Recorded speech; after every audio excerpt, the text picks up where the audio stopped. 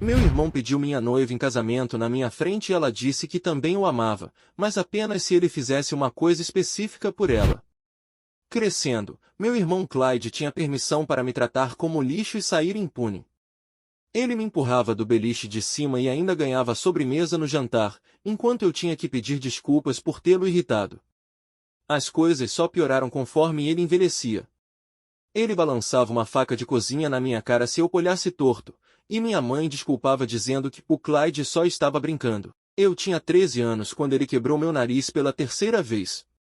Foi na escola, os professores viram que não houve provocação, e meus pais não puderam encobrir dessa vez.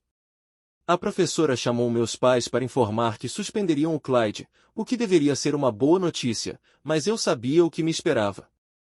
Quando chegamos em casa, minha mãe me arrastou para o quarto com um cinto grosso de couro na mão. Fiquei 3 dias sem conseguir sentar. Meus pais me mantiveram em casa enquanto os hematomas saravam e me obrigaram a fazer as tarefas da suspensão do Clyde, enquanto ele ia ao cinema e jogava videogame. No ensino médio, eu já tinha percebido que sempre seria o saco de pancadas da família, então passei a ficar calado. Nem isso funcionava.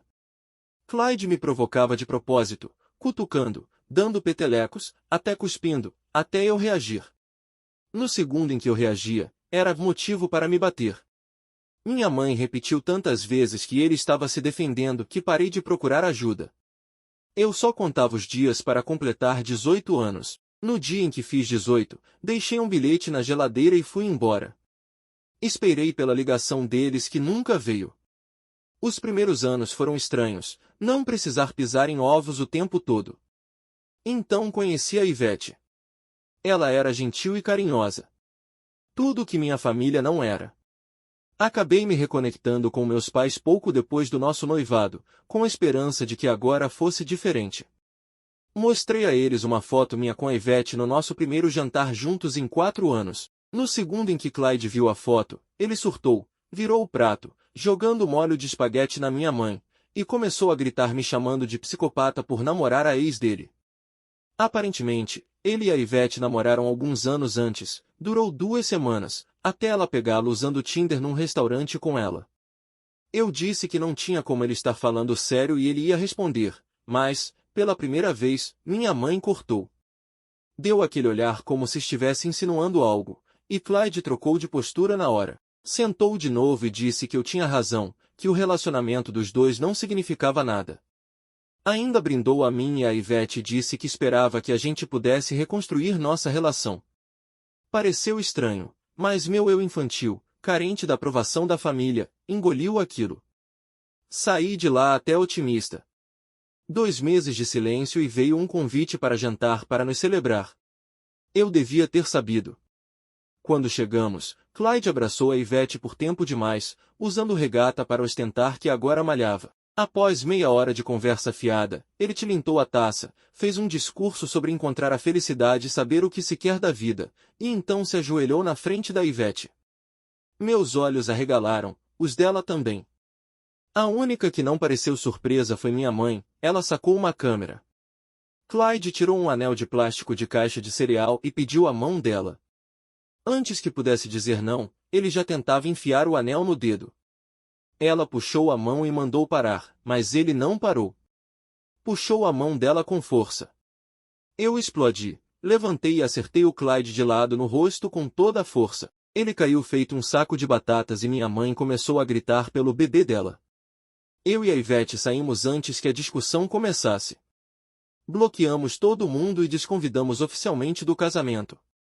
4 dias depois, minha mãe apareceu na nossa porta, sozinha, exigindo que reconvidássemos o Clyde. Disse que o pedido de casamento dele foi só uma brincadeira inofensiva. A discussão escalou rápido. Em certo momento, Ivete foi ao banheiro para se recompor, mas minha mãe não deixou. Seguiu atrás, gritando sobre destruição da família. Quando Ivete pegou a maçaneta, minha mãe perdeu o controle, agarrou o cabelo dela e a puxou com força. A cabeça da Ivete bateu no chão, minha mãe caiu por cima, batendo no rosto e arranhando os olhos. A Ivete gritou por ajuda. Eu a arranquei pelo cabelo, dei um tapa e a joguei para fora, trancando a porta. Ela ficou do lado de fora gritando até eu ameaçar chamar a polícia.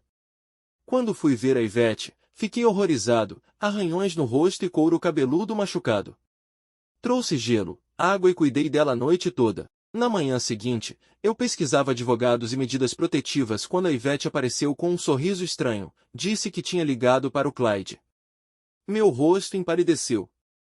Antes que eu perguntasse por quê, ela explicou, contou a ele o que a minha mãe fez e disse que ele era quem ela queria desde sempre, que eu só tinha sido um meio para chegar até ele. Mas agora, por causa da violência da minha mãe, ela não se sentia segura. Pediu especificamente para o Clyde ensinar a minha mãe a não fazer isso de novo. Parte de mim ficou ansiosa, mas, pensando melhor, percebi o quão audacioso era o plano da Ivete. 2 dias depois, o hospital me ligou. Minha mãe deu entrada com fratura orbital, costelas trincadas e concussão grave. Corri para o hospital. A Ivete ao meu lado, com aquele mesmo sorriso estranho. Quando chegamos, o Clyde já estava na sala de espera, posando de filho preocupado. Ela está em cirurgia, disse com voz carregada de emoção, aproximando-se da Ivete e ignorando minha presença, agradecendo a ela por tê-lo avisado. Ele tentou segurar a mão da Ivete, ela puxou discretamente. Uma enfermeira passou e ele já a interpelou, perguntando alto sobre a condição da minha mãe, garantindo que todos vissem o filho devoto. Ligou para o meu pai, falando alto o suficiente para todos ouvirem que tentou protegê-la do próprio temperamento. A Ivete apertou minha mão 3 vezes, nosso sinal. Na tela do celular dela, gravei nossa ligação. Ele confessou tudo. Tínhamos prova. Antes que eu processasse, 2 seguranças chegaram, olhando para mim. Senhor, precisamos conversar. Clyde se adiantou, no papel de irmão preocupado, fui eu quem chamou. Meu irmão ameaçou nossa mãe ontem. Tenho as mensagens. Ergueram o celular dela com provas. A Ivete disse, essas mensagens são falsas. Tenho uma gravação do Clyde admitindo que atacou a mãe. Abriu o arquivo. Por um segundo, o rosto do Clyde empalideceu, depois a máscara voltou. A gravação tocou. A voz dele, clara, falando em fazer a mamãe pagar. Num salto, Clyde agarrou o celular da Ivete, arremessou no chão e pisou. Isso é montagem, gritou. Naquele momento, minha mãe abriu os olhos e estendeu a mão. Clyde correu até a maca. Tá tudo bem, mãe. Eu estou aqui. Não vou deixar eles te machucarem. Uma enfermeira de roxo rompeu a roda. Essa paciente precisa de cirurgia imediata por hemorragia cerebral. Todos, para fora. Entraram 2 policiais, e eu reconheci um deles do ginásio, era amigo do Clyde. O Clyde mostrou fotos do hematoma que ganhou quando golpeei no jantar, falou do meu histórico de violência, de como eu abandonei a família e de um comportamento agressivo recente. O policial assentia, parecia tudo ensaiado há semanas. Meu irmão precisa de ajuda, disse o Clyde, até arrancando uma lágrima. Nosso pai chegou, recebeu instruções por telefone e foi embora sem entrar. A Ivete sussurrou, o backup está na nuvem, tem o Dachshund com ele entrando na casa da sua mãe às 14h47. O policial nos separou para depoimentos. Quando voltou, já estava decidido, eu deveria ficar longe da minha mãe durante a internação. Do outro lado, o Clyde me lançou um sorriso de canto, verdadeiro, rápido, só para mim. Levaram minha mãe para a cirurgia, com Clyde seguindo. O pessoal cochichava, me lançando olhares escuros, eu era o irmão violento, Clyde, o salvador. Ao sair, vi o Clyde pela janela falando com enfermeiras, espalhando mais mentiras. Lá fora, nosso pai voltou, mas ficou perto do carro, sem se aproximar. A Ivete acenou. Ele balançou a cabeça, agora não. Ele mostrou algo pro seu pai, disse Ivete, talvez mais mensagens falsas. Voltamos ao carro, minhas mãos tremiam. De manhã eu pesquisava advogados, agora o Clyde tinha a polícia do lado dele, o hospital contra mim, e minha mãe em cirurgia por ferimentos que ele causou. Perguntei do backup. A Ivete verificou e empalideceu, estava corrompido, cortava antes da confissão completa. Ele sempre esteve 3 passos à frente. Meu celular vibrou, mensagem do Jake, meu melhor amigo da faculdade. Seu irmão me ligou semanas atrás dizendo estar preocupado com você. Agora está dizendo que você está em surto. O que está acontecendo? As peças encaixaram. Clyde vinha plantando isso há meses, envenenando minhas relações.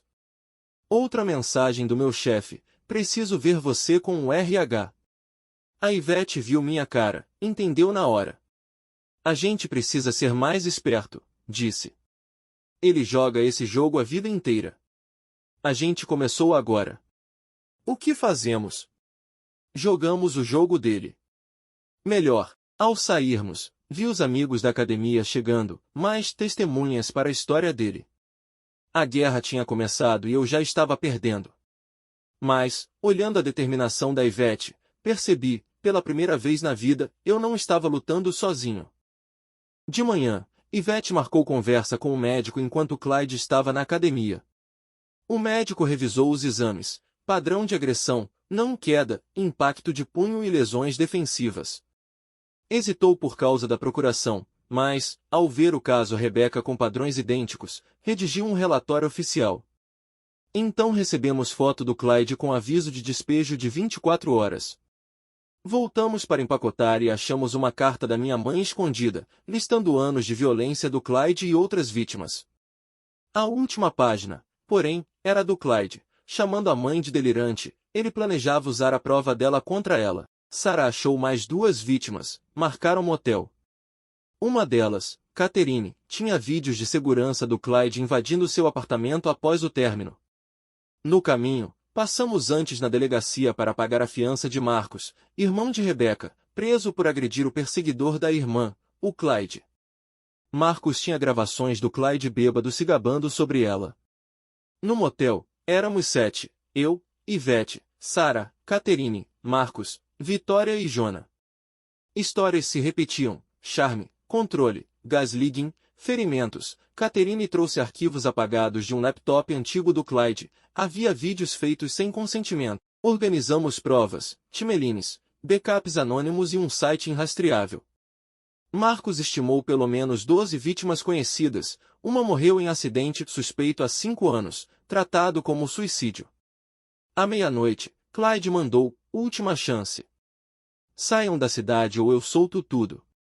Referia-se às gravações do nosso apartamento.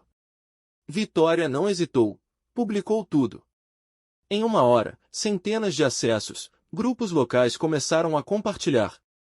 Os vídeos eram irrefutáveis. Pela manhã, mais vítimas surgiram. O médico enviou seu relatório às autoridades, citando padrões similares em outras pacientes. Clyde tentou controlar a narrativa com uma live do quarto da minha mãe, dizendo ser uma caça às bruxas. Minha mãe, finalmente lúcida, olhou para a câmera e disse: mentiroso. A live caiu, mas milhares viram. O policial Jenkins foi ao motel, colocou o distintivo e a arma na mesa e disse que não encobriria mais. A promotoria ligou, com múltiplas vítimas, vídeo e o testemunho da minha mãe. Havia base para a denúncia. Prenderam Clyde na academia. Os amigos se afastaram quando as algemas fecharam. Da cadeia, porém, o advogado dele divulgou nossas gravações caseiras editadas, me pintando como instável e violento. A opinião pública se dividiu. Passei semanas em batalhas, processo criminal contra Clyde, ações cíveis das vítimas, minhas acusações pela invasão da academia.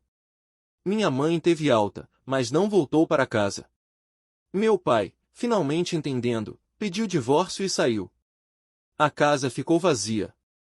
No julgamento, vieram à tona a morte suspeita de 5 anos atrás, o colapso da Rebeca, e o padrão de abusos. Também expuseram meus atos: invadir a academia, publicar fotos, planejar com Ivete. A promotoria me tratou como vítima levada ao limite, a defesa tentou me equiparar. O júri teve dificuldade. No fim, Clyde foi condenado por várias acusações: agressão, assédio, gravação ilegal, absolvido de outras. Pegou 7 anos, com possibilidade de condicional em 4, vitória e derrota ao mesmo tempo. Minhas acusações viraram contravenção, com serviço comunitário e liberdade condicional. A juíza reconheceu as circunstâncias, mas não podia isentar minhas escolhas. As ações cíveis levariam anos, a maioria de nós nunca veria compensação real. Mesmo com a condenação, o estrago ficou, minha reputação manchada pelas gravações editadas, uma ficha criminal que me persegue, emprego perdido, casa perdida. Mas a verdade, finalmente, saiu à luz. Mais mulheres se sentiram seguras para falar. O policial amigo do Clyde deixou de encobrir. Meu pai encarou o que permitiu por anos. Minha mãe, que por tanto tempo o protegeu, encontrou a força de chamá-lo pelo que ele era. Eu e Ivete ainda temos um caminho longo, reconstruir a vida, lidar com as consequências das escolhas desesperadas que fiz para enfrentar um monstro que parecia imbatível. Nem tudo terminou limpo ou perfeito.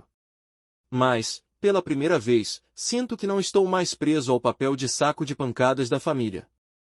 Aprendi a lutar, e a lutar por quem não pode. Sei que haverá quem me julgue pelo que fiz. Aceito. Mas se minhas ações ajudaram a expor um predador e impedir que mais pessoas fossem destruídas, então pagarei o preço.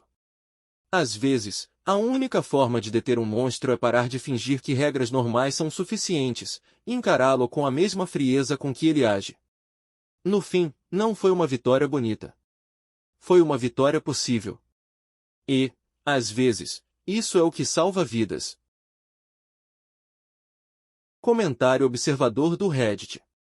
Essa história é daquelas que deixam a gente sem fôlego. O nível de manipulação, violência e mentira que Clyde construiu ao longo dos anos mostra como pessoas assim conseguem enganar até quem está perto. Mas também mostra a importância de lutar pela verdade, mesmo quando tudo parece perdido.